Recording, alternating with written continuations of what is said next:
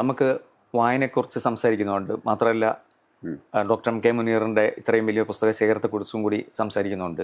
എനിക്ക് തോന്നുന്നത് തുടങ്ങാവുന്നത് Marian വോൾഫിൻ്റെ reader come home എന്നുള്ള പുസ്തകം. അതായത് ഇത്രയും ഡിജിറ്റൽ സാങ്കേതിക വിദ്യയുടെ കാലത്ത് റീഡിങ്ങിന് വന്നിരിക്കുന്ന മാറ്റം, മാത്രമല്ല അത് എന്തൊക്കെ ഗുണങ്ങളാണ് തന്നിരിക്കുന്നതെന്നും അതുണ്ടാക്കുന്ന നെഗറ്റീവ് സൈഡ് എന്താണെന്നൊക്കെ നന്നായിട്ട് ഡിസ്കസ് ചെയ്യുന്ന ഒരു പുസ്തകമാണ്. എനിക്ക് തോന്നുന്നത് ഡോക്ടർ വായിച്ചിട്ടുണ്ടെന്ന്. അത് ഒരു മനോഹര പുസ്തകമാണ്. ഈ കാലഘട്ടത്തിൽ വായിക്കേണ്ട ഒരു പുസ്തകമാണ്. പ്രത്യേകിച്ച് പുതിയ തലമുറ വായിക്കേണ്ട ഒരു പുസ്തകമാണ്. അവരുടെ ആദ്യത്തെ പുസ്തകം പ്രോസ്റ്റ് ആൻഡ് സ്ക്വിഡ് എന്ന് പറയുന്നൊരു പുസ്തകമുണ്ട്. അവർ പറയുന്നത് നമ്മുടെ വായന എന്ന് പറയുന്നത് നമ്മൾ ജന്മം കൊണ്ട് വന്നതല്ല എന്നുള്ളതാണ്. അത് നമ്മൾ പല ഘട്ടങ്ങളിലൂടെ നേടിയെടുത്തിട്ടുള്ളതാണ്. അപ്പം നമ്മുടെ ബ്രെയിനിൽ അങ്ങനെ ഓർമ്മയുടെ സെൻറ്ററുണ്ട്. അപ്പം അതുകൊണ്ടാണ് പഴയ കാലത്തൊക്കെ ഇതിഹാസങ്ങളായാലും മറ്റുള്ളതായാലും കാണാതെ പഠിക്കുക എന്നുള്ളതായിരുന്നു. പിന്നെയാണ് ഈ അക്ഷരങ്ങളും എഴുത്തും ഒക്കെ വരുന്നത്. സത്യത്തിൽ ഈ ഡിജിറ്റൽ വരുന്നതോടുകൂടി അവർ പറയുന്നത് വീണ്ടും നമ്മുടെ ഓർമ്മയെയാണത് ഉദ്ദീപിക്കുന്നത്. പിന്നെ ഉദ്ദീപിപ്പിക്കുകയും ചെയ്യും, അതേസമയം അത് ബാധിക്കുകയും ചെയ്യുന്നു. അതുകൊണ്ട് അവർ പറയുന്നത് ഇതിനെ രണ്ടിനെയും ചേർത്ത് കൊണ്ടുപോകണം എന്നാണ്. ഡിജിറ്റൽ റീഡിങ്ങിൻ്റെ പുറമെ ഡീപ്പ് റീഡിങ്ങിനെ നമ്മൾ എപ്പോഴും കാത്തു സൂക്ഷിക്കണം. അതാണ് റീഡേഴ്സ് കം ഹോം എന്ന് പറയുന്നതിലൂടെ അവർ പറയാൻ ഉദ്ദേശിക്കുന്നത്. സത്യത്തിൽ നമ്മുടെ ഡീപ്പ് റീഡിങ് ഇല്ലാതെ ആകുന്നതോടുകൂടി ഉണ്ടാകാൻ പോകുന്ന പ്രശ്നങ്ങളെ കുറിച്ചാണ്. മറ്റത് നമ്മുടെ കോൺസെൻട്രേഷൻ പൂർണ്ണമായും ഒന്നിലേക്ക് നിൽക്കില്ല. നമ്മളെപ്പോഴും സ്കിമ്മിങ് എന്നാണ് അതിന് പറയുന്നത്. അപ്പോൾ സ്കിമ്മിങ് കൊണ്ട് എന്താ ഉണ്ടാകുന്നതെന്ന് വെച്ച് കഴിഞ്ഞാൽ നമ്മളുടെ കോൺസെൻട്രേഷൻ പിന്നെ നമ്മൾ ഒരു ഡിജിറ്റൽ വായനയിൽ പൂർണ്ണമായും അതിലേക്ക് നമ്മൾ ഇറങ്ങിച്ചെല്ലില്ല എന്നുള്ളത്. അപ്പോഴൊക്കെ നമുക്ക് അടുത്തതിലേക്ക് പോകാൻ താല്പര്യം വരും.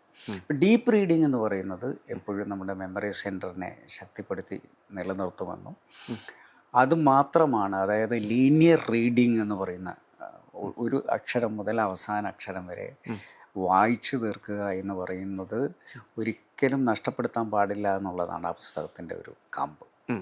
അല്ല, ഈ ഇപ്പം ഡോക്ടർ നേരത്തെ പറഞ്ഞല്ലോ, അതായത് പിന്നെ നമ്മുടെ ബ്രെയിനിൽ അങ്ങനെ ഒരു കണ്ടീഷൻ ചെയ്തൊരു ബ്രെയിൻ അല്ല എന്നുള്ളത്. അതായത് വായിച്ചിരിക്കണം നിർബന്ധമൊന്നുമില്ല. പക്ഷെ നമ്മുടെ ഈ അതിൻ്റെ ഒരു കഗ്നീറ്റീവ് ആസ്പെക്ട് നോക്കുകയാണെങ്കിൽ ഡീപ്പ് റീഡിംഗ് അല്ലേ ശരിക്കും വായനയുടെ ഒരു വലിയ അവസ്ഥയായിട്ട് വരുന്നത്, പ്രശ്നമായിട്ട് വരുന്നത് അല്ല, അതിനകത്ത് നമുക്ക് എടുത്ത് കാണിക്കാവുന്ന ഒരു സംഗതിയായിട്ട് ഡീപ്പ് റീഡിംഗ് ഉണ്ടെങ്കിലല്ലേ. ഡീപ്പ് റീഡിംഗ് അതാണ് അവർ പറയുന്നത്. ഡീപ്പ് റീഡിംഗ് ഒരിക്കലും നമ്മൾ ഉപേക്ഷിക്കാൻ പാടില്ല. ഡിജിറ്റൽ റീഡിങ് എന്ന് പറയുന്നത് നോളജിൻ്റെ ഒരു കാലഘട്ടത്തിൽ ഡിജിറ്റൽ റീഡിങ്ങിനെ നമുക്ക് നിരാകരിക്കാൻ കഴിയില്ല. കാരണം അത്രയധികം നോളജ് ഡിജിറ്റലിലുണ്ട്. പക്ഷെ അതേസമയം ഡീപ്പ് റീഡിങ് നമ്മൾ ഉപേക്ഷിക്കുകയാണെങ്കിൽ അത് നമ്മളുടെ ബ്രെയിനിനെ ബാധിക്കുന്ന ഒരു വിഷയമായിട്ട് വരുന്നുണ്ട്. അപ്പം പണ്ടും ഇതേപോലെ തന്നെ ഇതിന് സോക്രട്ടീസിനെ കുറിച്ചൊക്കെ അവർ പറയുന്നുണ്ട്. സോക്രട്ടീസ് എഴുത്ത് വന്നപ്പോൾ വായന ഒക്കെ വന്ന സമയത്ത് അതിനെ എതിർത്തിരുന്നു. പ്ലാറ്റോ പക്ഷേ സോക്രട്ടീസിൻ്റെ അനുയായിയാണെങ്കിലും സോക്രട്ടീസ് പറഞ്ഞത് മുഴുവൻ രേഖപ്പെടുത്തിയിട്ടാണ് ലോകത്തോട് സംസാരിക്കുന്നത്. അതൊരു വിരോധാഭാസം അതിനകത്തുണ്ട്. എങ്കിലും അദ്ദേഹം ഒരു കോൺവെർസേഷൻ പോലെയാണ് അദ്ദേഹം സോക്രട്ടീസിനെ കുറിച്ചുള്ള കാര്യങ്ങൾ എഴുതുന്നതും പറയുന്നതും. അപ്പോൾ സോക്രട്ടീസ് അന്ന് പറഞ്ഞിട്ടുള്ളത് എന്താ വെച്ചാൽ നിങ്ങൾ എഴുത്തിലേക്ക് പോകുന്നതോടുകൂടി നിങ്ങളുടെ മെമ്മറി ഇല്ലാതെയാവുന്നുള്ളതായിരുന്നു അദ്ദേഹത്തിൻ്റെ ഇപ്പോഴും അതേ കാര്യങ്ങൾ തന്നെയാണ് പറഞ്ഞുകൊണ്ടിരിക്കുന്നത്. എങ്കിലും ഡീപ്പ് റീഡിംഗ് എന്ന് പറയുന്ന ഒന്ന് നഷ്ടപ്പെടുന്നതോടുകൂടി ഉണ്ടാകാൻ പോകുന്നത് എന്താ വെച്ചാൽ നമ്മുടെ ഈ ബ്രെയിനിലെ ഒരു ക്ലോഗിങ് ഒക്കെ വരുന്നൊരു സാഹചര്യമാണ്. നമുക്ക് ഒന്നിനും ബ്രെയിൻ റോട്ട് എന്ന് പറയുന്നത് നമ്മൾ ഒന്നിലും ഒരു കേന്ദ്രീകരിച്ച് നിൽക്കാൻ പറ്റാത്തൊരവസ്ഥയിലേക്ക് പുതിയ തലമുറയിൽ നമ്മൾ കാണുന്നുണ്ട്. കാരണം അവരുടെ ആക്ഷൻ തന്നെ ഇങ്ങനെയാണ്. അത് അറ്റൻഷൻ ഇപ്പോൾ 60 സെക്കൻഡുള്ള ഒരു റീൽ അവർ 3 സെക്കൻഡിൽ മാറ്റുന്നുണ്ട്. അപ്പം അത്രമാത്രം ഒന്നിലും അവർക്ക് കൃത്യമായി ഊന്നി നിൽക്കാൻ പറ്റുന്നില്ല. പക്ഷെ ഡീപ്പ് റീഡിങ്ങിലേക്ക് നമ്മൾ വീണ്ടും കുട്ടികളെ കൊണ്ടുവരികയാണെങ്കിൽ അവരുടെ കോൺസെൻട്രേഷൻ കൂടുതൽ ശക്തിപ്പെടും എന്നുള്ളതാണ് വോൾഫിൻ്റെ ഈ പുസ്തകത്തിലൂടെ പറയാൻ ഉദ്ദേശിക്കുന്നത്. ഞാനത് ആ പുസ്തകത്തെക്കുറിച്ച് പറഞ്ഞു തുടങ്ങാൻ കാരണം ഇപ്പം ഡോക്ടർ കെ മുനീർ എങ്ങനെയാണ് പുസ്തകം ഈ പുസ്തക ശേഖരം ഉണ്ടല്ലോ, വലിയ ശേഖരം ഉണ്ട്. ഈ ഡിജിറ്റൽ റീഡിംഗ് എന്നുള്ള ഒരു ആസ്പെക്ട് പിന്നെ നമ്മളിപ്പം ഈ ബുക്ക് വായന എന്നുള്ളതിനോട് എത്രമാത്രം യോജിപ്പുണ്ട്, അല്ലെങ്കിൽ അത് എത്രമാത്രം വായിക്കുന്നുണ്ട്? അല്ല, ഞാൻ ചില പുസ്തകങ്ങൾ നമുക്ക് ഈ ബുക്കായിട്ടേ കിട്ടുകയുള്ളൂ. പക്ഷെ നമ്മൾ ഈ ബുക്ക് വായിച്ചു കഴിഞ്ഞാലും അതേ പുസ്തകം ഫിസിക്കലി നമ്മുടെ മുന്നിൽ വന്നു കഴിഞ്ഞാൽ നമ്മൾ വീണ്ടും അതേ പുസ്തകം ഒന്ന് മറിച്ച് നോക്കും. കാരണം നമ്മൾ അങ്ങനെ ശീലിച്ചു വന്നുകൊണ്ട് ആണെന്ന് എനിക്ക് തോന്നുന്നത്. എനിക്ക് ഫിസിക്കൽ ബുക്കിനോടാണ് കൂടുതൽ താല്പര്യം. പുതിയ തലമുറ പക്ഷേ കുറേയൊക്കെ ഡിജിറ്റൽ റീഡിങ്ങിലേക്ക് പോയി കഴിഞ്ഞു. കാരണം ഡിജിറ്റൽ റീഡിംഗ് ആണെങ്കിലും അവർ വായിക്കുന്നു എന്നുള്ളത് ഒരു ആശ്വാസം നൽകുന്ന കാര്യമാണ്. പക്ഷേ ഫിസിക്കൽ ബുക്ക് തന്നെ എനിക്ക് തോന്നുന്ന പുസ്തകത്തിൻ്റെ ആ നിർമ്മാണം തന്നെ നമ്മളുടെ ഏത് പൊസിഷനിലും ഉപയോഗിക്കാൻ പറ്റുന്ന രീതിയിലാണ്. ഇത് നമുക്ക് ഇങ്ങനെ ഒരു പൊസിഷനിലല്ലേ പറ്റും. അതെ അതെ. മറ്റത് നമുക്ക് ഇരുന്ന് വായിക്കാം, കിടന്ന് വായിക്കാം. നമുക്ക് ഫ്രാങ്ക്ഫർട്ടിലൊക്കെ ഞാൻ പിന്നെ ഫെസ്റ്റിവലിന് പോകുന്ന സമയത്ത് ട്രെയിനിൽ പെൺകുട്ടികൾ പിന്നെ നിന്നിട്ട് വായിക്കുന്നത് ഞാൻ കണ്ടിട്ടുണ്ട്. അപ്പോൾ അപ്പോഴാണ് ഞാൻ ആലോചിച്ചത് ഈ ഫിസിക്കൽ ബുക്കിൻ്റെ ഒരു സുഖം എന്ന് പറയുന്നത് ഏത് പൊസിഷനിലും വായിക്കാൻ പറ്റുന്ന ഒരു നിർമ്മാണമാണ് അത്. ഈ പുസ്തകം ഡിജിറ്റൽ പുസ്തകങ്ങളെക്കാളും നമുക്ക് കയ്യിലെടുക്കാം, ഓമനിക്കാം എന്നൊക്കെ ഇപ്പോൾ പറഞ്ഞല്ലോ. അതായത് ഏത് വശത്തു നിന്ന് നോക്കാം, പിന്നെ മണത്ത് നോക്കാം, ഇങ്ങനെയൊക്കെയുള്ള പ്രത്യേകതകൾ ഫിസിക്കൽ പുസ്തകങ്ങൾക്കുണ്ട്. പിന്നെ അത് ഈ മനോഹരമാക്കുന്നതിൽ ഇപ്പം എനിക്ക് തോന്നുന്ന ഒരു പബ്ലിഷർ എന്നുള്ള രീതിയിലും ഒരു ചിത്രകാരൻ എന്നുള്ള രീതിയിലൊക്കെ തന്നെ അതിൻ്റെ കവറുകൾക്ക് വലിയ പങ്കുണ്ടല്ലോ.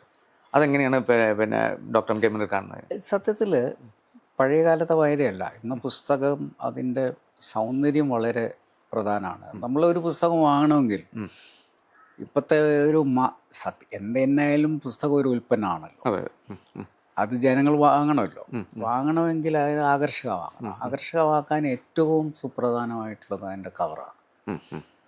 അപ്പം ഞാൻ ഏറ്റവും ശ്രദ്ധിക്കാറുള്ളത്, ഇപ്പോൾ എൻ്റെ പ്രസിദ്ധീകരണശാല തന്നെ പുസ്തകങ്ങളുടെ കവറുകൾ സുപ്രധാനമായിട്ടുള്ളൊരു കാര്യമാണ്. അപ്പം ഞാൻ സെയിൻ ലാബിദ്, അദ്ദേഹം ഒരു നമ്മളെ ഡിസൈനറാണ്.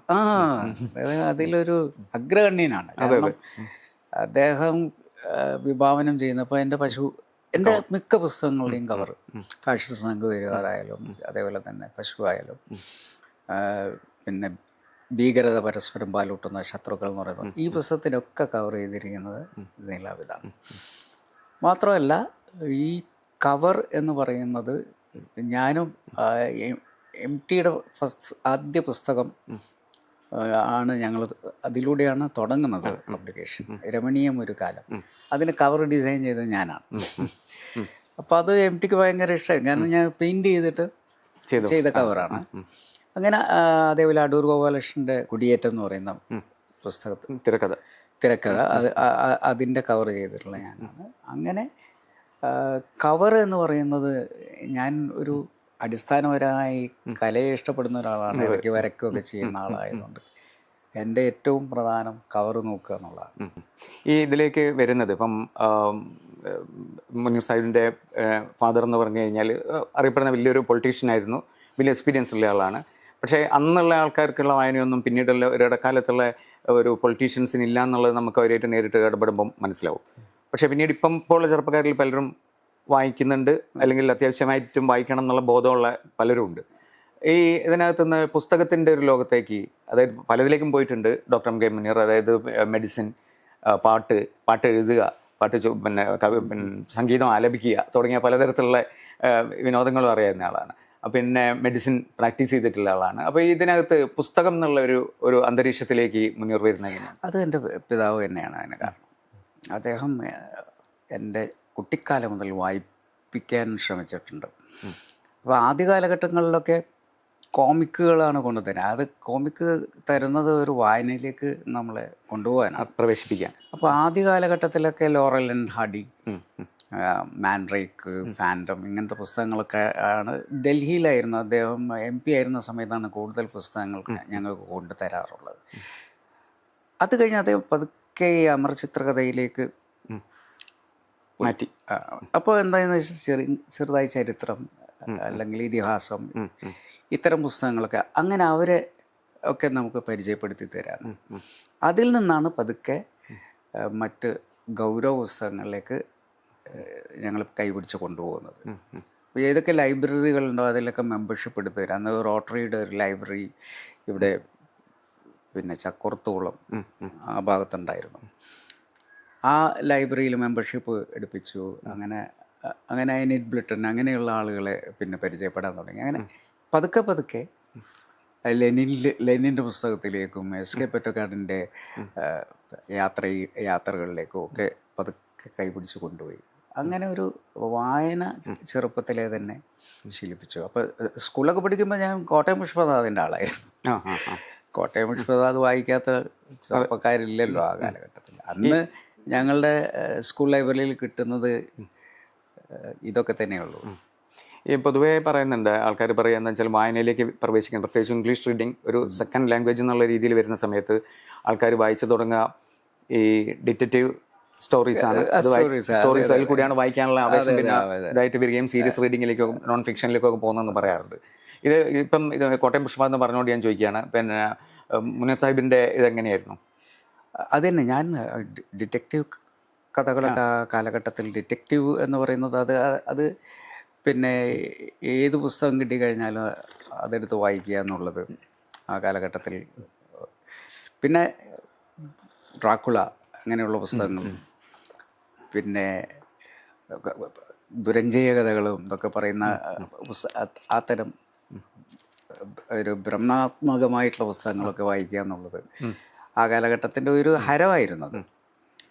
പിന്നെ പതുക്കെ ഉണ്ണിക്കുട്ടൻ്റെ ലോകത്തിലേക്കും അതിലൂടെ പതുക്കെ സീരിയസ് റീഡിങ്ങിലേക്കും നോവലുകളിലേക്കും ഒക്കെ പതുക്കെ കടക്കാൻ തുടങ്ങിയത് ആ കാലഘട്ടത്തിലാണ്. ഈ ഒരു ട്രാൻസിഷൻ പീരീഡ് എന്നുള്ള രീതിയിൽ പിറകിലോട് ചിന്തിച്ച് നോക്കുമ്പോൾ ഈ കാലഘട്ടം ഉണ്ടല്ലോ, എങ്ങനെ വരികയാണ് നമ്മൾ സീരിയസ് ആയ റീഡിങ്ങിലേക്ക് വരികയാണ്. അങ്ങനെ ആദ്യം വായിച്ച ഏറ്റവും ഇപ്പോഴും ഓർമ്മിക്കുന്നത് ഇഷ്ടപ്പെട്ടതായ ഒരു പുസ്തകം ഏതായിരിക്കും? ആ കാലഘട്ടത്തിൽ നോവലുകൾ എന്നുള്ള രീതിയിൽ പഴയ കാലത്തെ നോവലുകൾ, പിന്നെ തകഴിയുടെ കയറൊക്കെ ആ സമയത്ത് ഞാൻ വായിച്ചിട്ടുണ്ട്. പിന്നെ അത് കഴിഞ്ഞ് എം ടിയുടെ പുസ്തകം ഞാൻ സെക്കൻഡ് ലാംഗ്വേജ് മലയാളം എടുത്തപ്പോൾ 4 ഘട്ടമായിരുന്നു ഞങ്ങൾക്ക് പുസ്തകമായി പഠിക്കാനുണ്ടായിരുന്നത്. അപ്പം എം ടിയുടെ മകളും ഞങ്ങളുടെ കൂടെ പഠിക്കുന്നത്. അത് ഒരു കുറുപ്പ് സാറുണ്ട്, അദ്ദേഹം അത് വളരെ മനോഹരമായ 4 ഘട്ട് നമ്മളുടെ മുന്നിൽ അവതരിപ്പിക്കും. അപ്പോൾ അങ്ങനെ എം ടിയിലേക്കുള്ളൊരു പ്രവേശനം സത്യത്തിൽ എന്നെ നോവലുകളിലേക്ക് ഭയങ്കരമായി ആകർഷിച്ചിട്ടുണ്ട്. അപ്പോൾ എൻ്റെ പ്രീ ഡിഗ്രി കാലഘട്ടം മുതലാണ് സത്യത്തിൽ ഞാൻ വളരെ സീരിയസ് ആയിട്ടുള്ള നോവലുകളിലേക്കും മറ്റും പോയിട്ടുള്ളത്. പിന്നെ നമുക്കറിയാം, വഴിത്തിരിവായി മാറിയ ഖസാക്കിൻ്റെ ഇതിഹാസമൊക്കെ വന്നതോടുകൂടി വായനയുടെ ഒരു എന്താണ് എഴുത്ത് എന്നൊക്കെ തിരിച്ചറിയുന്നൊരു കാലമായിരുന്നു. ഈ ട്രാൻസിഷനിൽ തന്നെ പിന്നീട് MBBS പോകുന്നത്. അപ്പോൾ ഒരു സയൻറ്റിഫിക് ടെമ്പറാമെൻറ്റ് അല്ലെങ്കിൽ എന്താ പറയുക സയൻറ്റിഫിക് ലിറ്ററേച്ചർ വായിക്കാനുള്ളൊരു പ്രേരണ അല്ലെങ്കിൽ അത്തരത്തിലൊരു റേഷണൽ നമ്മുടെ ഉള്ളിൽ രൂപപ്പെടുകയും അത്തരമൊരു സാധനം മുനീർ സാഹിബിൻ്റെ ജീവിതത്തിൽ ഉണ്ടായിട്ടുണ്ടോ? ഉണ്ട്. സയൻറ്റിഫിക് ബുക്സ് ധാരാളം ബുക്കുകൾ വായിച്ചിട്ടുണ്ട്. ഞാൻ ഇപ്പോൾ ഈ അടുത്ത് വായിച്ചിട്ടുള്ളത് എനിക്ക് ലിസ മോസ്കോണിയുടെ പിന്നെ മെനപ്പോസ് ബ്രെയിൻ എന്ന് പറയുന്ന പുസ്തകം, അവരുടെ ആദ്യത്തെ XX ബ്രെയിൻ എന്ന് പറയുന്ന പുസ്തകമുണ്ട്. അവരൊരു ന്യൂറോ സയൻറ്റിസ്റ്റാണ്. അതുകൊണ്ട് തന്നെ അവർ ഗവേഷണത്തിലൂടെ അവർക്ക് അങ്ങനെ ഒരു പ്രസ്ഥാനം തന്നെയുണ്ട്. സ്ത്രീകളുടെ ബ്രെയിനിനെ കുറിച്ച് ചർച്ച ചെയ്യുന്ന പ്രസ്ഥാനം തന്നെയുണ്ട്. ആ പ്രസ്ഥാനത്തിൻ്റെ ഒക്കെ വക്താവായി നിൽക്കുന്ന ഒരാളാണ്. അവർ വായിച്ചപ്പോഴാണ് ശരിക്കും നമ്മളിപ്പം മെനപ്പോസ് എന്നൊക്കെ പറയുമ്പോൾ നമ്മൾ ആ അണ്ടത്തിൽ അല്ലെങ്കിൽ ഓവറിയിലാണ് നമ്മുടെ കോൺസെൻട്രേഷൻ മുഴുവൻ. അവർ പറയുന്ന ഈ മെനപ്പോസ് എന്ന് പറയുന്നത് ബ്രെയിനിലാണ് എല്ലാ ചേഞ്ചസും വരുന്നത്. ആ സമയത്തുണ്ടാകുന്ന പിന്നെ ഓർമ്മക്കുറവ് അതുപോലെ തന്നെ. അപ്പോൾ അവരെന്നിട്ട് ഈ ബ്രെയിനുകളുടെ പിന്നെ സ്കാനുകളൊക്കെ എടുത്ത് അതിൻ്റെ ഡിഫറൻസ് അവർ നോക്കിയപ്പം മെനപ്പോസിന് ശേഷം ഈ ഗ്രേ മാറ്ററിൽ വരുന്ന ചേഞ്ചസ് അതെല്ലാം അവർ ആ ചിത്രങ്ങളോടുകൂടി തന്നെയാണ് ആ പുസ്തകത്തിൽ വിശദീകരിക്കുന്നത്. അപ്പോൾ ഏതൊരു സാധാരണക്കാരനും സ്ത്രീകൾക്ക് പിന്നെ ഏറ്റവും ആവശ്യമായിട്ടുള്ള കുറേ കാര്യങ്ങൾ അതിനകത്ത് അവർ പറയുന്നുണ്ട്. ആ സമയത്ത് വരുന്ന ഓർമ്മക്കുറവ്, അവരുടെ ആദ്യത്തെ പുസ്തകത്തിൽ അവർ പറയുന്ന ഒരു കാര്യമുണ്ട്, ഈ അൾഷിമസ് ഏറ്റവും കൂടുതലായി സ്ത്രീകളിലാണ് ഉണ്ടാവുക എന്ന് പറയുന്ന ഒരു തിയറിയെക്കുറിച്ച് അങ്ങനെ ഒരു മിത്തില്ലേ, അതെന്താണ് അവരെ കുറിച്ച് അവരത് ശരിയാണെന്ന് പറയും? ശരിക്കും സയൻറ്റിഫിക്കലി അവർ പറയുന്നുണ്ട് അതിൻ്റെ കാരണങ്ങളെന്ന്. ഈ ബ്രെയിൻ ചേഞ്ചസിൽ വരുന്ന കാര്യങ്ങളാണ്. ഇപ്പം അതാണ് പറയുന്നത്, ഈ മെനപ്പോസ് സമയത്ത് ഉണ്ടാകുന്ന മെമ്മറി ലോസിനെ കുറിച്ച് അവർ പറയുന്നുണ്ട്. അത് ബ്രെയിൻ ചേഞ്ചിൽ വരുന്ന കാര്യങ്ങൾ കൊണ്ട് ഉണ്ടാകുന്നതാണ്. ഇപ്പം അതിന് ഉള്ള അവർ റീപ്ലേസ്മെൻറ്റ് ഹോർമോൺ പിന്നെ തെറാപ്പിയെക്കുറിച്ചും ഒക്കെ വളരെ വിശദമായ പുതിയ നൂതന കാലഘട്ടത്തിൽ എങ്ങനെ ഇതിനെ മറികടക്കാമെന്നുള്ളതും, അതുപോലെ തന്നെ നമുക്ക് നാച്ചുറൽ ഈസ്ട്രോജൻ കിട്ടുന്ന ധാരാളം ചെടികളെക്കുറിച്ചും ഫ്രൂട്ട്സിനെ കുറിച്ചും ഒക്കെ അവർ ഇതിനകത്ത് വിശദീകരിക്കുന്നുണ്ട്.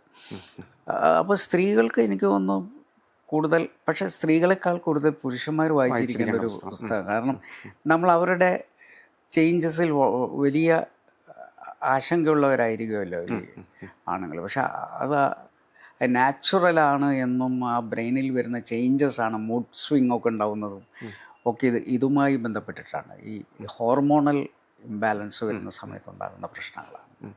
ഈ സമയത്ത്, അതായത് ഇപ്പോഴും ഇത്തരം സയൻറ്റിഫിക് ലിറ്ററേച്ചർ വായിക്കുന്നുണ്ട്.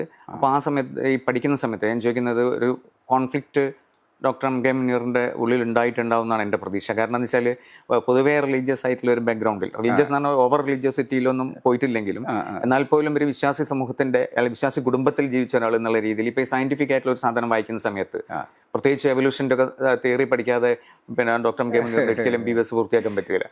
അപ്പോൾ അത്തരം പുസ്തകങ്ങൾ വായിച്ചിരിക്കും. അത് ഉണ്ടാക്കുന്ന ഒരു കോൺഫ്ലിക്റ്റ് ഉണ്ടല്ലോ, ഒരു മനസ്സംഘർഷം ഉണ്ടാക്കും. കാരണം എന്ന് വെച്ചാൽ ഒന്ന് ദൈവത്താൽ സൃഷ്ടിക്കപ്പെട്ടതെന്ന് വിശ്വസിക്കുകയും വേണം, എന്നാൽ അങ്ങനെയെല്ലാം തോന്നുകയും ചെയ്യുന്ന ഒരവസ്ഥ. ശരിക്കും സയൻസ് എന്ന് പറയുന്നത് നമ്മളോട് സംസാരിക്കുന്ന കുറേ കാര്യങ്ങളാണ്. അതായത് സയൻറ്റിഫിക്കായി അവർ കണ്ടെത്തിയിട്ടുള്ള കുറേ വിഷയങ്ങളാണല്ലോ നമ്മളോട് സംവദിക്കുന്നത്. അതേസമയം നമുക്ക് വിശ്വാസം എന്ന് പറയുന്നത് അത് നമ്മൾ രൂഢമൂലമായി നമ്മളുടെ ഒരു ആശ്വാസം കൂടിയാണ്, ആശ്വാസമാണ് ശരിക്കും. അതിനെക്കുറിച്ചും സയൻസ് പറയുന്നുണ്ട്.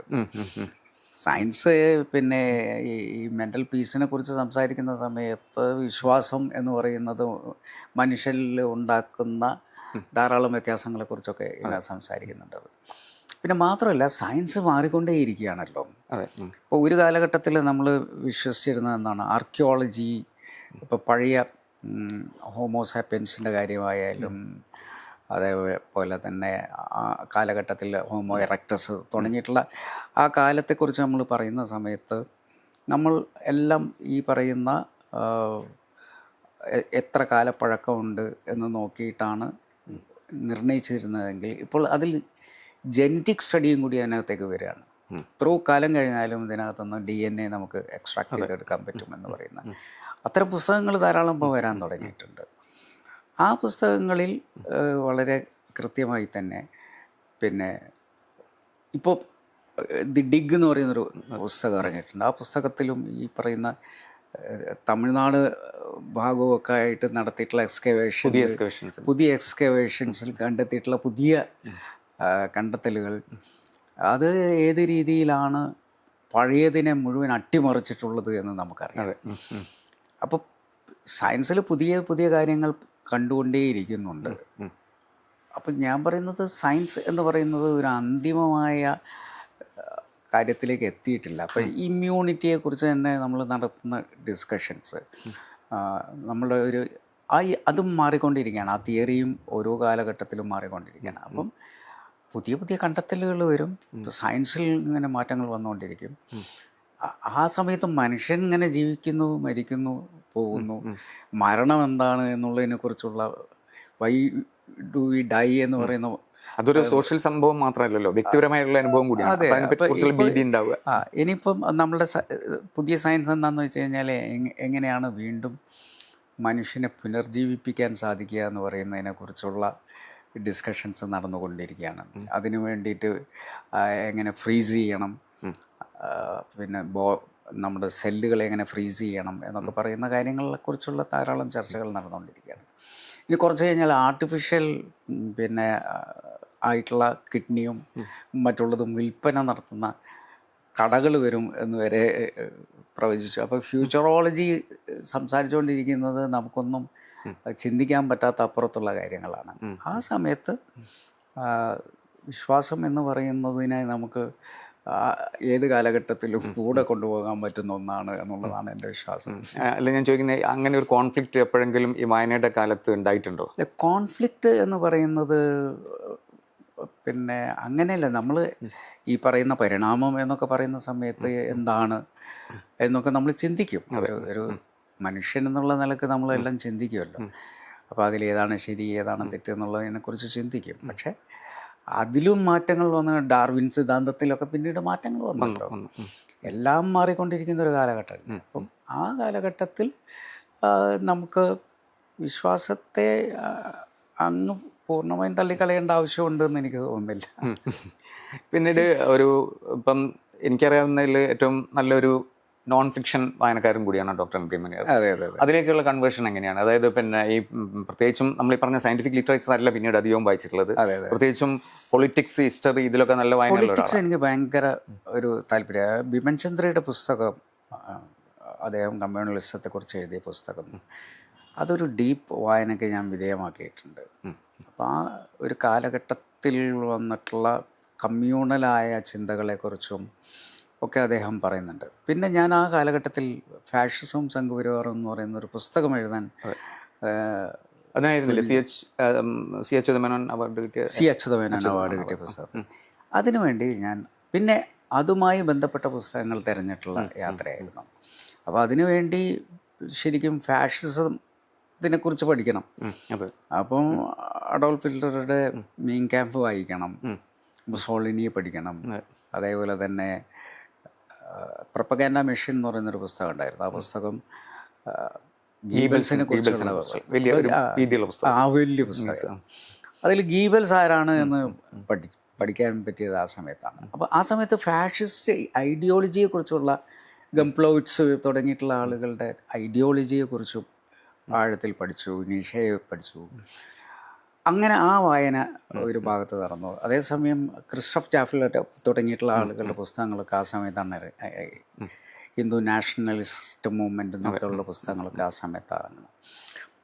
അങ്ങനെ ആ വായനയാണ് സത്യത്തിൽ ഒരു നോൺ ഫിക്ഷൻ എന്ന് പറയുന്ന പൊളിറ്റിക്സിലേക്കുള്ള വായന. അപ്പോൾ ഇതിൽ നമുക്ക് ഈ വിഷയവുമല്ലാത്ത പൊളിറ്റിക്കൽ ബുക്സും വായിക്കേണ്ടി വരുമല്ലോ. അപ്പോൾ ഗാന്ധിയെ കുറിച്ച് വായിക്കേണ്ടി വരുന്നു. അപ്പോൾ എൻ്റെ ആ പുസ്തകത്തിൽ ഗാന്ധി ഒരു അധ്യായമാണ്. അപ്പോൾ ഡൊമിനിക് ലപേറിൻ്റെ പുസ്തകം വായിക്കണം. പിന്നെ ആ കാലഘട്ടത്തിൽ ഇറങ്ങിയിട്ടുള്ള 9 Hours രാമ എന്ന് പറയുന്ന, അത് പിന്നെ സിനിമയായി മാറിയിട്ടുള്ള പുസ്തകമുണ്ട്. അങ്ങനെ ഗോഡ്സെയുടെ പക്ഷത്ത് നിന്ന് കൊണ്ടുവന്നിട്ടുള്ള ധാരാളം പുസ്തകങ്ങളുണ്ട്. അപ്പോൾ അതും വായിക്കണം. അപ്പോൾ ആ സമയത്താണ് പൊളിറ്റിക്സ് എന്ന് പറയുന്ന ഒരു വിഷയത്തെക്കുറിച്ചുള്ള ആഴത്തിലുള്ള വായന നടന്നിട്ടുള്ളത്. ഈ ഒരു പൊളിറ്റീഷ്യൻ എന്നുള്ള രീതിയിൽ ഇപ്പം ഒരു പുതിയ കാലഘട്ടത്തിൽ പൊളിറ്റീഷ്യൻ ആൻഡ് റീഡിങ്ങിൻ്റെ ഒരു ആവശ്യമേ ഇല്ല. അത് നമ്മൾ പലരിൽ കൂടി നമ്മൾ കൃത്യമായിട്ട് മനസ്സിലാക്കുന്നുണ്ട്. പക്ഷേ റീഡിംഗ് ഉള്ള ഒരു പൊളിറ്റീഷ്യൻ എന്നുള്ള രീതിയിൽ പലപ്പോഴും നിയമസഭയിൽ പ്രസംഗിക്കുമ്പോഴും പലപ്പോഴും ശ്രദ്ധിച്ചിട്ടുണ്ട്. കാരണം വെച്ചാൽ പല കോട്ടുകളും പല ഇതൊക്കെ അതിലേക്ക് വരുന്നത് അത് പിന്നെ കൃത്യമായിട്ട് വരുന്നതല്ല. കാരണം നമ്മളിപ്പം ബഡ്ജറ്റ് കാലത്ത് മാത്രം ധനമന്ത്രി ഒരു ലിറ്ററേച്ചർ എഴുതുന്ന പോലെയുള്ള ഒരു സംഗതി അല്ല. അപ്പോൾ അത് എത്രമാത്രം ഒരു പൊളിറ്റീഷ്യൻ എന്നുള്ള രീതിയിൽ പിന്നെ ഡോക്ടർ മുനീറിനെ സഹായിച്ചിട്ടുണ്ട്.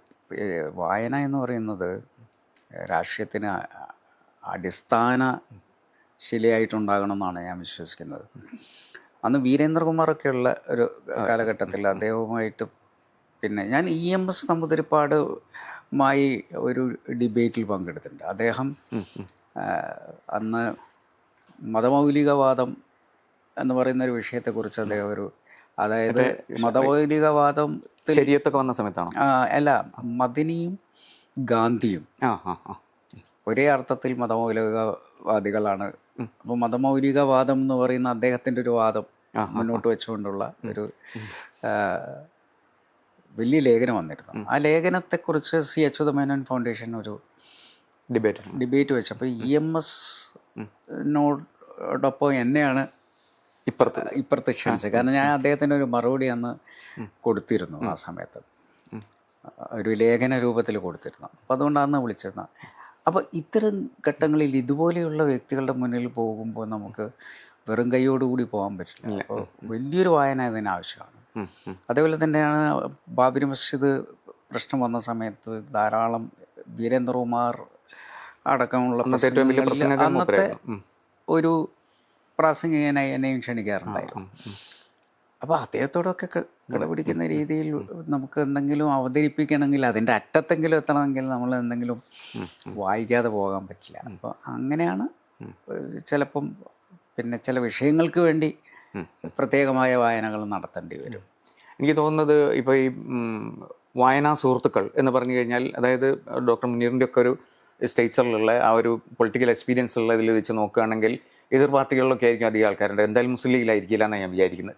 കാരണം ഇപ്പം CPIM, CPI ഒക്കെ ആയിരിക്കും. അതിലൊക്കെയുള്ള സുഹൃത്തുക്കളൊക്കെ ആയിരിക്കും. PMS പറ്റി പറഞ്ഞു. എങ്ങനെയായിരുന്നു നിങ്ങളൊക്കെ തമ്മിലുള്ള ആശയവിനിമയങ്ങൾ പുസ്തകത്തിനെ കുറിച്ച്? കുറേ ആളുകളുമായിട്ട് അന്ന് ബന്ധമുണ്ട്. അത് നമ്മൾ പിന്നെ മറ്റുള്ള പരിപാടികളിൽ പോകുമ്പോൾ KEN ഒക്കെ ഇവിടെ ഉണ്ടാവും. KEN ഉണ്ടാകാറുണ്ട്. രത്നാകരൻ CPIയുടെ അദ്ദേഹവും നല്ല വായനയുള്ള ഒരാളാണ്. അദ്ദേഹമായിട്ട് അന്ന് ബാലേട്ടൻ ഉണ്ടായിരുന്നു കോൺഗ്രസ്സിൽ. അദ്ദേഹം നല്ല വായന, ആഴത്തിൽ വായനയുള്ള ഒരാളായിരുന്നു. അദ്ദേഹമാണ് ഞാൻ എൻ്റെ ഫാഷിസം സംഘവിരാറും, അദ്ദേഹം മരിച്ചുപോയി, അദ്ദേഹത്തോടാണ് ഞാൻ ഫാഷിസം സംഘവിരാറും എന്ന പുസ്തകം എഴുതുന്ന സമയത്ത് പല സംശയങ്ങൾക്കും അദ്ദേഹത്തെ അടുത്ത് പോയി സംസാരിക്കാറുണ്ട്. അപ്പോൾ അദ്ദേഹത്തിൽ നിന്ന് കിട്ടിയതാണ് ഈ ഗാന്ധിയുടെ വെറുപ്പ് വർദ്ധിപ്പിക്കുന്നതിന് വേണ്ടി അന്ന് RSS അവരുടെ ഷൂസിൻ്റെ അകത്ത് ഗാന്ധിയുടെ ചിത്രം ഒട്ടിച്ചു വെച്ചിട്ട്, കാരണം ചവിട്ടി ഞെരിക്കുന്നതിന് വേണ്ടി അങ്ങനെ ചെയ്യാറുണ്ടായിരുന്നു എന്നൊക്കെ, അങ്ങനെയുള്ള പുതിയ പുതിയ അറിവുകൾ അദ്ദേഹത്തിൽ നിന്ന് കിട്ടിയിട്ടുണ്ട്. പിന്നെ തോമസ് ഐസക്കുമായിട്ട് നല്ല ബന്ധമാണിത്. അപ്പം തോമസ് ഐസക്ക് ഈ പറഞ്ഞ പോലെ അദ്ദേഹത്തിൻ്റെത് പിന്നെ പ്രധാനമായും ഗവേണൻസുമായി ബന്ധപ്പെട്ട, പക്ഷേ ഞാൻ മന്ത്രിയായിരിക്കുന്ന സമയത്ത് അദ്ദേഹമായിട്ട് ധാരാളം കമ്മ്യൂണിക്കേറ്റ് ചെയ്യാൻ സാധിച്ചിട്ടുണ്ട്. പശുവിൻ്റെ പുസ്തകം ഒക്കെ എഴുതുന്ന സമയത്ത് അദ്ദേഹവുമായിട്ട് ബന്ധപ്പെട്ട് ഞാൻ കുറേ ആശയവിനിമയം നടത്തിയിട്ടുണ്ട്. അദ്ദേഹം അതുമായി ബന്ധപ്പെട്ട് EMS അല്ല, പിന്നെ മാർക്സും പിന്നെ ഈ പശു വിഷയവും തമ്മിലുള്ള ബന്ധത്തെക്കുറിച്ച് അദ്ദേഹം ഒരു ലേഖനം എഴുതുകയൊക്കെ ചെയ്തിട്ടുണ്ട്. അതെനിക്ക് തോന്നുന്ന ഏതൊരു പുസ്തകത്തിൻ്റെ DN ഷായുടെ മലയാളം പുസ്തകം വന്നിരുന്നല്ലോ, അതിൻ്റെ ആമുഖത്തിൽ തോമസ് ഐസക്കിൻ്റെ ഈ ലേഖനം ചേർത്തിട്ടുണ്ടല്ലോ. അപ്പം അങ്ങനെ അദ്ദേഹമായിട്ട് പിന്നെ കോൺഗ്രസ്സിൽ ഞാൻ പിന്നെ പ്രധാനമായും VD സതീശനുമായിട്ട് നല്ല ബന്ധമാണ്. അപ്പോൾ VD സതീശനാണ് പല പുസ്തകങ്ങളും ഇതേക്കുറിച്ച് സംസാരിക്കുന്നത്. ഞാൻ സംസാരിക്കുന്ന പുസ്തകം VD സതീശൻ ആവശ്യപ്പെടും. അപ്പം ഞാൻ കുറേ പുസ്തകങ്ങൾ അദ്ദേഹത്തിന് ഞാൻ വാങ്ങുമ്പോൾ 2 പുസ്തകം വാങ്ങും. ഒന്ന് സതീശന് കൊടുക്കും. അതേപോലെ അദ്ദേഹം ഏതെങ്കിലും പുസ്തകം വായിച്ചിട്ടുണ്ടെങ്കിൽ അതിനെക്കുറിച്ച് വളരെ വാചാലമായി സംസാരിക്കും. അപ്പോൾ ആ പുസ്തകം ഞാൻ പോയി വാങ്ങും. ശരിക്കും ഞാനൊരു സയൻറ്റിഫിക് ബുക്ക് എന്നുള്ള നിലയ്ക്ക് ഈ പറഞ്ഞ മെനോപോസ് ബ്രെയിൻ എന്ന് പറയുന്ന പുസ്തകം ആദ്യം VD സതീശൻ വായിക്കുന്നതാണ് ഞാൻ കാണുന്നത്. അത് ശരി.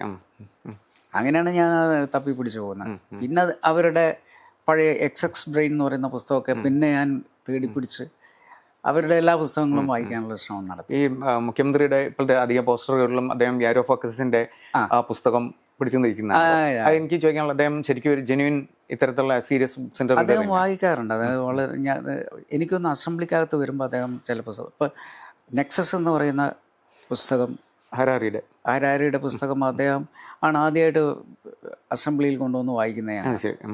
അപ്പോൾ UL നോഹ ഹരാരി അദ്ദേഹത്തിൻ്റെ ഒരു ഫേവറേറ്റ് ആണ്.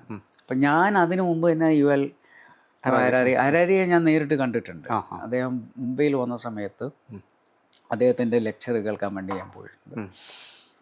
അന്ന് ഹോമോസാപ്പിയൻസ് ഞാൻ നേരിട്ട് അദ്ദേഹത്തിൻ്റെ ഓട്ടോഗ്രാഫ് ചെയ്ത കോപ്പി വാങ്ങുകയും ചെയ്തിട്ടുണ്ട്. അത് കഴിഞ്ഞ് പിന്നെ അദ്ദേഹം ഹോമോ ഡ്യൂസാണ് പിന്നെ ഇറങ്ങിയ 2ാമത്തെ പുസ്തകം. ഹോമോ ഡ്യൂസ് വളരെ എനിക്ക് ഹോമോസാപ്പിയൻസിനേക്കാൾ ഹോമോ ഡ്യൂസിനോടാണ്. കാരണം വരാനിരിക്കുന്ന കാലത്തെക്കുറിച്ച് ഇത്രയധികം പ്രവചന സ്വഭാവത്തിൽ മനുഷ്യൻ ഇനി 120 വർഷമൊക്കെ ജീവിക്കാൻ പോകുന്നു എന്ന് പറയുന്ന, അപ്പോൾ ആ പുസ്തകങ്ങൾ പിന്നെ ഞാൻ ടെലോമിയർ എന്ന് പറയുന്ന ഒരു പുസ്തകം പിന്നീട് വായിച്ചിരുന്നു. അപ്പോൾ ടെലോമിയറിലാണ് ഞാൻ മനസ്സിലാക്കുന്നത് നമ്മുടെ ക്രോമസോമിൻ്റെ അറ്റത്ത് ഉണ്ടാകുന്ന ക്യാപ്പ് പോലെയുള്ള സാധനമാണ് ഈ ടെലോമിയർ. ഈ ടെലോമിയർ ചുരുങ്ങി വരുന്നതാണ് ഏജിങ് എന്ന് പറയുന്ന പ്രോസസ്സ്. അപ്പോൾ ഈ ക്യാപ്പ് പോലെ നിൽക്കുന്ന ടെലോമിയർ എങ്ങനെ ചുരുങ്ങി വരുന്നു, അതിനനുസരിച്ച് നമ്മളുടെ ഏജിങ് പ്രോസസ്സ്. അപ്പോൾ അതിനെ എങ്ങനെ ഇനി പിന്നെ ചുരുങ്ങാതെ നോക്കാമെന്ന് പറയുന്ന ഗവേഷണങ്ങളാണ് നടന്നുകൊണ്ടിരിക്കുന്നത്. അപ്പം ഈ ഇദ്ദേഹം യുവൽ നോഹ ഹരാരി പറയുന്നത് 120 വർഷം 130 വർഷമൊക്കെ ഇനി ജീവിക്കുന്ന ഒരു കാലത്തിലേക്ക് ലോകം പോകും. എന്നിട്ട് അദ്ദേഹം പറയുന്നു അങ്ങനെ ആയിരുന്നെങ്കിൽ ലെനിനൊക്കെ ഉള്ള കാലമാണെങ്കിൽ ലെനിൻ തന്നെ ആയിരിക്കും ഇപ്പോഴും എന്നൊക്കെ പറയുന്ന അദ്ദേഹത്തിൻ്റെ. അപ്പോൾ അദ്ദേഹം അതിനെ കുറേ അധികം ചോദ്യോത്തരങ്ങളൊക്കെ ഉണ്ടായിരുന്നു അന്ന്. അദ്ദേഹത്തോട് കുറേ അധികം ചോദ്യങ്ങൾ ചോദിക്കാനൊക്കെ ഉള്ള. അത് ശരിയാണ്, അത് ഹരാരി പറഞ്ഞത് ഇതിൽ സത്യമുണ്ട്. കാരണം അങ്ങനെയാണെങ്കിൽ ചില നേതാക്കളൊക്കെ ഇപ്പോഴും ജീവിച്ചിരിപ്പുണ്ടാവും. യുവ നേതാക്കൾ എന്നുള്ള പ്രശ്നം ഉദിക്കുന്നില്ല. അപ്പോൾ സ്റ്റാലിനൊക്കെ ആണെങ്കിൽ സ്റ്റാലിൻ തന്നെ ആയിരിക്കും റഷ്യയിലുണ്ടാകുക. അതാണ് ഈ നമ്മളിപ്പം ഈ പുസ്തകശേഖരം ഇത് ഇപ്പം സൂക്ഷിക്കുക എന്നുള്ളത് പിന്നെ തുടക്കത്തിൽ തന്നെ എനിക്ക് തോന്നുന്നു ഉംബർട്ടോക്കും ആയിട്ടുള്ള ഒരു സംഭാഷണത്തിൽ ഒരു പുസ്തകം ഉണ്ടല്ലോ, അതെ എങ്ങനെയാണ് പുസ്തകങ്ങൾ സൂക്ഷിക്കേണ്ടത് എന്നുള്ളതിനെ കുറിച്ച് ചെയ്യുമ്പോൾ അതിനകത്ത് ഈ അദ്ദേഹം പറയുന്നൊരു സാധനം എന്താ വെച്ചാൽ ഇതിന്റെ മുകളിൽ പ്രാണി വീഴും, അതുകൊണ്ട് ഡിജിറ്റൽ ബുക്കിന് അനുകൂലമായിട്ടുള്ള ചില സാധനങ്ങളാണ് എക്കോ എന്ന് പറഞ്ഞിട്ടുണ്ടായിരുന്നത്. എന്നാൽ അദ്ദേഹം പറയുന്നുണ്ട് പിന്നെ ഡിജിറ്റൽ ബുക്കായിരിക്കും സർവൈവ് ചെയ്യാൻ പോകുന്നത്. ഇതുപോലെ ഇത്രയും വലിയൊരു പുസ്തക ശേഖരം ഇതിന്റെ മെയിൻ്റനൻസ് എങ്ങനെയാണ് നടത്തുന്നത്? അത് വലിയ പ്രശ്നമാണത്. ഇക്കോ പറഞ്ഞത് കറക്റ്റാണത്. കാരണം ചെതല് വരിക എന്ന് പറയുന്നതാണ്. നമ്മളെക്കാൾ കൂടുതൽ പുസ്തകം വായിക്കുന്ന ചെതലുകളാണ്. അപ്പം അത് നമ്മൾ എല്ലാ ദിവസവും എടുത്ത് തട്ടി നമ്മൾ ഒരു കുഞ്ഞിനെ നോക്കുന്ന പോലെ ഒരു പുസ്തകം നോക്കണം. മാത്രമല്ല ആ കാലഘട്ടത്തിലുള്ള പ്രിൻറ്റിങ്, പഴയ കാലഘട്ടത്തിലുള്ള പ്രിൻറ്റിങ്ങിൽ വന്നിട്ടുള്ള പുസ്തകങ്ങളൊക്കെ നമുക്ക് തൊടുമ്പോൾ തന്നെ പൊടിഞ്ഞു പോകുന്ന അവസ്ഥയുണ്ടാവും. അപ്പോൾ അതൊക്കെ അതുകൊണ്ടാണ് ഇതിനെല്ലാം ഡിജിറ്റൽ ആക്കിയിട്ട് സൂക്ഷിക്കുന്നത് ആളുകൾ. എങ്കിലും ഫിസിക്കൽ ബുക്ക് എന്ന് പറയുന്നത് നമുക്ക് പുസ്തക ശേഖരം എവിടെ പോയി ചെന്ന് കഴിഞ്ഞാലും ഇപ്പോൾ എനിക്ക് തോന്നുന്നു ഈ അടുത്ത് ഞാൻ ഹൗസ് ഓഫ് വിസ്ഡം എന്ന് പറഞ്ഞിട്ട് ഷാർജയിലെ ഷെയ്ഖ് ഒരു വലിയ ലൈബ്രറി ഉണ്ടാക്കിയിട്ടുണ്ട്. അപ്പോൾ അവിടെ ഫിസിക്കൽ ബുക്സ് അദ്ദേഹം ഡിജിറ്റൽ ലൈബ്രറി ഉണ്ട് അവിടെ, നല്ല ഡിജിറ്റൽ വലിയ ശേഖരമുണ്ട്. പക്ഷേ അദ്ദേഹം ഫിസിക്കൽ ബുക്സും അവിടെ സൂക്ഷിച്ചിട്ടുണ്ട്. അവിടെ ഈ ഫോട്ടോസ്റ്റാറ്റ് എടുക്കുകയല്ല ചെയ്യുക. നിങ്ങളൊരു പുസ്തകം നിങ്ങൾക്ക് അതിൻ്റെ കോപ്പി വേണമെന്ന് പറഞ്ഞാൽ അത് POD എടുത്ത് തരിക ചെയ്യുക. ഓ ശരി. അപ്പോൾ നമുക്ക് അതേ പുസ്തകത്തിൻ്റെ രൂപത്തിൽ തന്നെ POD ആയിട്ട് പുസ്തകം ലഭിക്കും. പക്ഷേ ഇതൊക്കെ ആണെങ്കിലും പുസ്തകം സൂക്ഷിക്കുക എന്ന് പറയുന്നത് വളരെ ശ്രമകരമായിട്ടുള്ളൊരു കാര്യമാണ്. അതിന് നമ്മൾ പൊന്നുപോലെ എല്ലാ ദിവസവും എടുക്കുക, വീണ്ടും അതിന് പൊടിതട്ട് വീണ്ടും അവിടെ തന്നെ വെച്ചിട്ടില്ലെങ്കിൽ എൻ്റെ ഈ ലൈബ്രറിയിൽ 1-2 പ്രധാന പുസ്തകങ്ങൾ ഇതുപോലെ ചെതലരിച്ച് പോയിട്ടുണ്ട്. അതാണ് അപ്പോൾ ഡിജിറ്റൽ എന്ന് പറയുന്നതിൻ്റെ ഒരു പ്രാധാന്യം. കാരണം എക്കാലവും ഈ പുസ്തകങ്ങളൊക്കെ ഡിജിറ്റലൈസ് ചെയ്യണമെന്നുള്ളതാണ് ശരിക്കും നമുക്ക് ചെയ്യാൻ പറ്റുന്ന ഒരു കാര്യം. പക്ഷേ അതൊരു ശ്രമകരമായ കാര്യമാണ്. പക്ഷെ ഇപ്പോൾ നമുക്ക് മിക്ക പുസ്തകങ്ങളും അപ്പം തന്നെ അതിൻ്റെ ഈ വേർഷൻ നമുക്ക് കിൻഡിലിൽ കിട്ടും, ലഭ്യമാകുന്നുണ്ട്. അപ്പം ഞങ്ങളിപ്പോൾ ഇറക്കുന്ന പുസ്തകങ്ങളൊക്കെ തന്നെ അതിൻ്റെ കൂടെ തന്നെ അതിൻ്റെ ഈ എഡിഷനും ഇറക്കും. കാരണം അത് എന്നും അവിടെ ഉണ്ടാകണം എന്നുള്ള ഉദ്ദേശത്തിലാണ് ഈ കോപ്പികൾ ഇറക്കുന്നത്. അപ്പോൾ ഈ കോപ്പികൾ നിർബന്ധമായും വേണം. ഡിജിറ്റൽ എന്ന് പറയുന്നതിനെ നമുക്ക് സോക്രട്ടീസ് പറഞ്ഞ പോലെ മൊത്തത്തിൽ അങ്ങ് നിരാകരിക്കാനൊന്നും പറ്റില്ല. അതേസമയം ഡീപ്പ് റീഡിങ്ങിന് ഉണ്ടാക്കുന്ന നമ്മൾ സർക്യൂട്ട് ഉണ്ടാകുന്നത് അത് മാരിമോഫ് പറയുന്നുണ്ട്. പല സെൻറ്റേഴ്സുമായിട്ട് പുതിയൊരു സർക്യൂട്ട് ഉണ്ടാവുകയാണ് ചെയ്യുന്നത്. ലാംഗ്വേജ് സെൻറ്റർ, അതേപോലെ ഓഡിറ്ററി സെൻറ്റർ എന്നൊക്കെ പറയുന്ന സെൻറ്ററായിട്ട്. അപ്പം നമ്മൾ വായന എന്ന് പറയുന്നത് നമ്മൾ ജനിച്ച ശേഷം ഉണ്ടാകുന്ന ഒരു പുതിയ സർക്യൂട്ടാണ്. അപ്പം അതിന് ഇന്ന പുസ്തകമാണ് നിർബന്ധമില്ലല്ലോ, ഡിജിറ്റലായാലും മതി, പിന്നെ ഫിസിക്കലായാലും മതി. എന്നാലും ആ സർക്യൂട്ട് എനിക്ക് തോന്നുന്നു ലോങ് റീഡ്സ് എന്നുള്ള രീതിയിലാണ് അവിടെ ഉദ്ദേശിക്കുന്നത്. അതെ, കൂടുതൽ നീളമുള്ള വായനകൾ. നീളമുള്ള വായനകൾ. വായന എന്ന് പറയുമ്പോൾ അവർ ഡിജിറ്റലിനായൊരു പൂർണ്ണമായും തള്ളുന്നില്ല. ഡിജിറ്റലിനോടൊപ്പം നിങ്ങൾ ഡീപ്പ് റീഡിങ്ങും നടത്തണം എന്ന് പറയുന്നത് എന്തിനാന്ന് വെച്ച് കഴിഞ്ഞാൽ നമ്മുടെ ഒരു ബ്രെയിനിനെ അതിന് അനുസരിച്ച് സജ്ജമാക്കാൻ വേണ്ടി മാത്രമാണ്. അത് ആ ഒരു കാലത്തെക്കുറിച്ച് കാലത്തിൻ്റെ ചരിത്രവും പറയുന്നുണ്ട്. എങ്ങനെയാണ് ഈ യൂണിഫോം ഉണ്ടായി വരുന്നത്. ആദ്യമൊക്കെ പിന്നെ വായനക്കപ്പുറം എണ്ണം തിട്ടപ്പെടുത്താൻ വേണ്ടിയിട്ടാണ് ഈ അക്ഷരങ്ങൾ ഉണ്ടാകുന്നത്. അപ്പോൾ ഇത്ര പശുവുണ്ട്, ഇത്ര ആടുകളുണ്ട്, അതിൻ്റെ എണ്ണം തിട്ടപ്പെടുത്താൻ വേണ്ടിയിട്ടാണ് ഈ ക്ലേ പ്ലേറ്റുകളിൽ ഈ യൂണിഫോം എന്ന് പറയും. അതെ അതെ. അത് കഴിഞ്ഞ് പിന്നെ കുറേ കാലത്തിന് ശേഷമാണ് പ്രിൻറ്റിങ് എന്ന് പറയുന്നത് വരുന്നത്. ഗുട്ടൻബർഗ് പിന്നെ അത് കണ്ടെത്തുന്നതും, പിന്നെ അതുപോലെ അതിനിടയിൽ പേപ്പറസ് എന്ന് പറയുന്ന ചുരുളുകളിൽ സൂക്ഷിച്ചിരുന്നു. പക്ഷേ ചുരുളുകൾ നിവർത്താനുള്ള പ്രയാസത്തെക്കുറിച്ചൊക്കെ അതിനകത്ത് പറയുന്നുണ്ട്. ചുരുളുകൾ പിന്നെ വായനക്ക് ഉണ്ടാക്കുന്ന ബുദ്ധിമുട്ടുകൾ ഡോക്യുമെൻ്റ് ആയിട്ട് സൂക്ഷിക്കാന്നല്ലാതെ. അതെ. പിന്നെ അതിങ്ങനെ ഒരു പുസ്തക രൂപത്തിൽ വരുന്നതും ഒക്കെ അതിൻ്റെ ഒരു പരിണാമം ഉണ്ടല്ലോ, അത് കൃത്യമായി ആ പുസ്തകത്തിൽ ഇങ്ങനെ പറഞ്ഞു വരുന്നുണ്ട്. അപ്പോഴാണ് നമുക്ക് വായന എന്ന് പറയുന്നതിന് ഉള്ളൊരു ചരിത്രം നമുക്ക് ബോധ്യപ്പെടുന്നത്.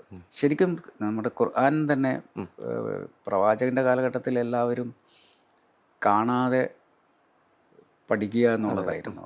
പിന്നെ കുറേ കാലം ഉസ്മാൻ്റെ കാലഘട്ടത്തിലാണ് സത്യത്തിൽ അത് പിന്നെ എഴുതപ്പെടുന്നത്.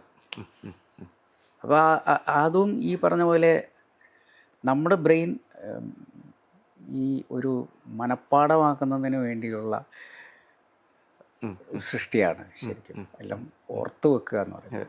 പക്ഷെ ഇന്ന് നമ്മൾ ഡിജിറ്റൽ കാലഘട്ടത്തിൽ സംഭവിച്ചിട്ടുള്ളത്, നമ്മുടെ ഓർമ്മകൾ, എത്ര ഫോൺ നമ്പറുകൾ നമുക്ക് ഓർത്ത് വെക്കാൻ പറ്റും? ഇപ്പോൾ പറ്റില്ലല്ലോ. അപ്പം നമുക്ക് നമ്മുടെ വീട്ടിലെ നമ്പർ പോലും അറിയണമെങ്കിൽ നമ്മളെ പേരടിച്ച് നോക്കിയാലേ.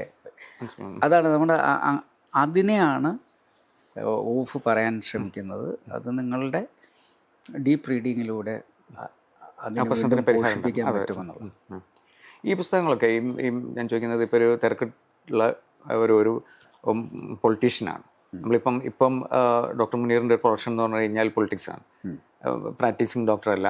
അതുകൊണ്ട് തന്നെ ഈ തിരക്കുള്ള എപ്പോഴും ആൾക്കാരെ കാണുകയും ആൾക്കാർ വന്ന് കാണുകയും ചെയ്യുന്ന ഒരു പൊളിറ്റീഷ്യനായിരുന്ന സ്ഥിതിക്ക് വായന എന്നുള്ള ഈ ഒരു വലിയ പ്രോസസ്സിന് വേണ്ടിയിട്ട് എങ്ങനെയാണ് ടൈം, എങ്ങനെയാണ്? അല്ല, സമയം നമുക്ക് ഈ നമ്മളുടെ സ്വകാര്യ സമയത്തിൽ നിന്ന് എടുക്കാനേ പറ്റുള്ളൂ.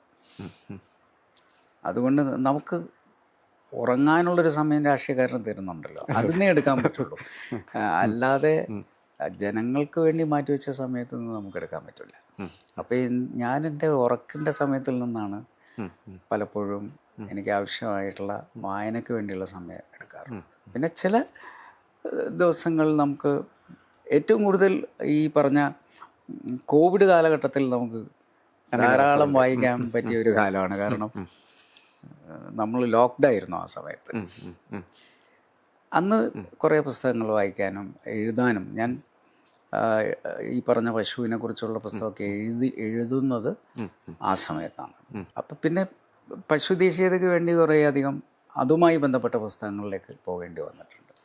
ഈ കോൺസ്റ്റിറ്റ്യൂഷനായിട്ട് ബന്ധപ്പെട്ട ഇത്തരം ഹിസ്റ്ററിയും ഇതുപോലെയുള്ള ഇന്ത്യ ചരിത്രവും ഇന്ത്യയിലെ പൊളിറ്റിക്സും ചെയ്യുന്ന സമയത്ത് എനിക്ക് തോന്നുന്നത് ഈ ലൈബ്രറിയിലൊക്കെ തന്നെ കോൺസ്റ്റിറ്റ്യൂഷനായിട്ട് ബന്ധപ്പെട്ട ഒരുപാട് പുസ്തകങ്ങൾ ഉണ്ട്. അതിലെന്തെങ്കിലും പ്രത്യേക താല്പര്യമുണ്ടോ?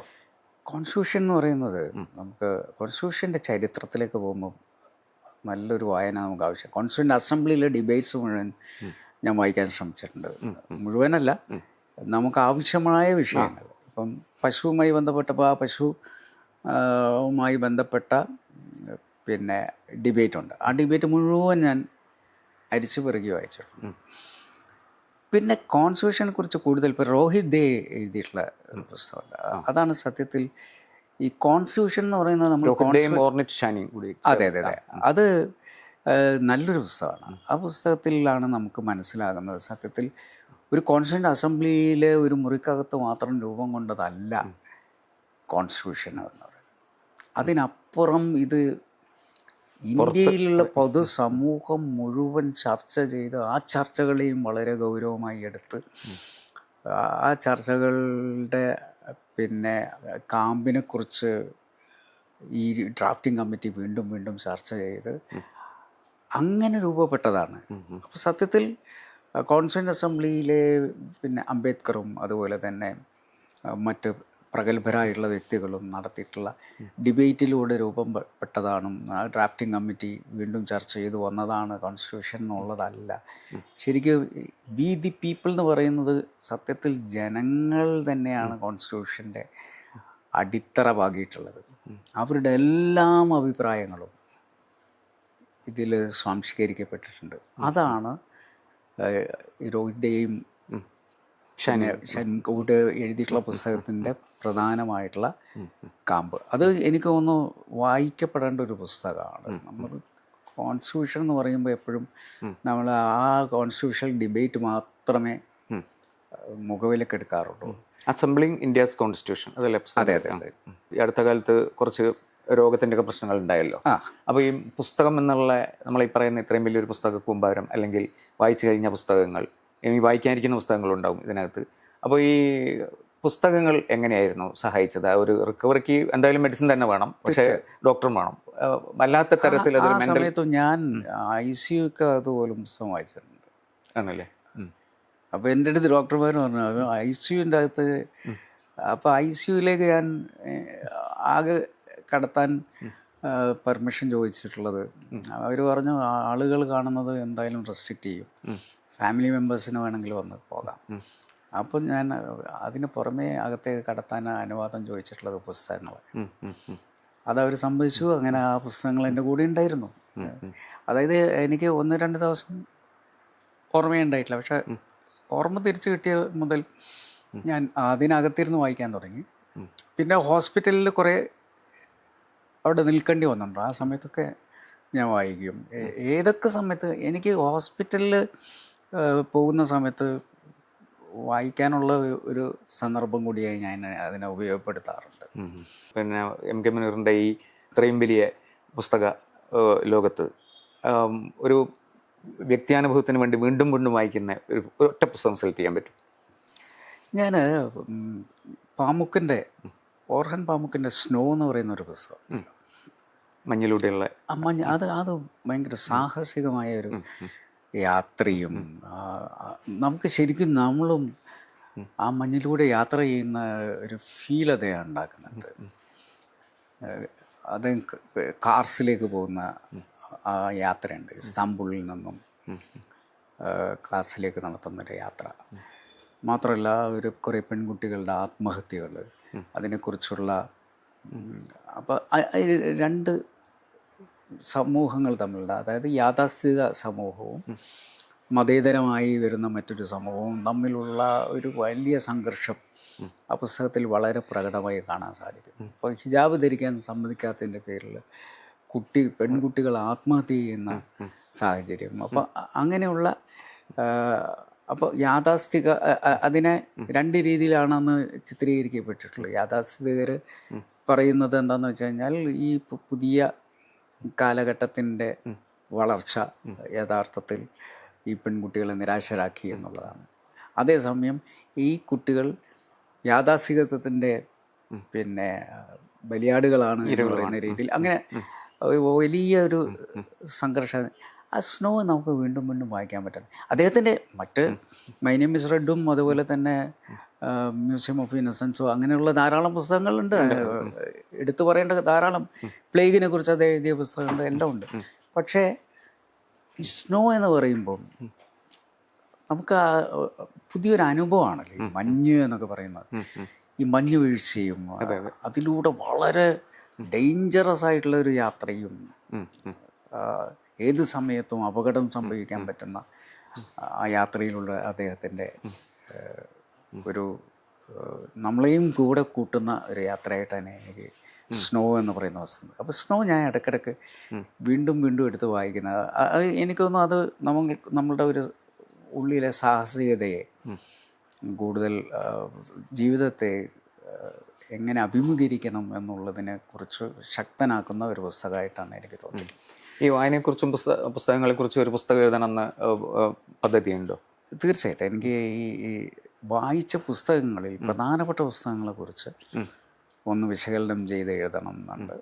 അതെനിക്ക് തോന്നുന്നത് പിന്നെ ഡോക്ടർ MK മുനീർ തന്നെ ചെയർമാനായിരിക്കുന്ന ഒലിവിന് പകരം റാക്ക് ബുക്സിന് പബ്ലിഷ് ചെയ്യാവുന്ന. തീർച്ചയായിട്ടും ഇനി ഞാനത് അങ്ങനെ കരുതിയിരിക്കുകയാണ്. ഒലിവ് എന്നെ എൻ്റെ പുസ്തകങ്ങൾ ഇറക്കുക എന്ന് പറയുന്നത് എന്നെ ഒരു വിരാമം ഇടാൻ സമയമായി തോന്നുന്നു.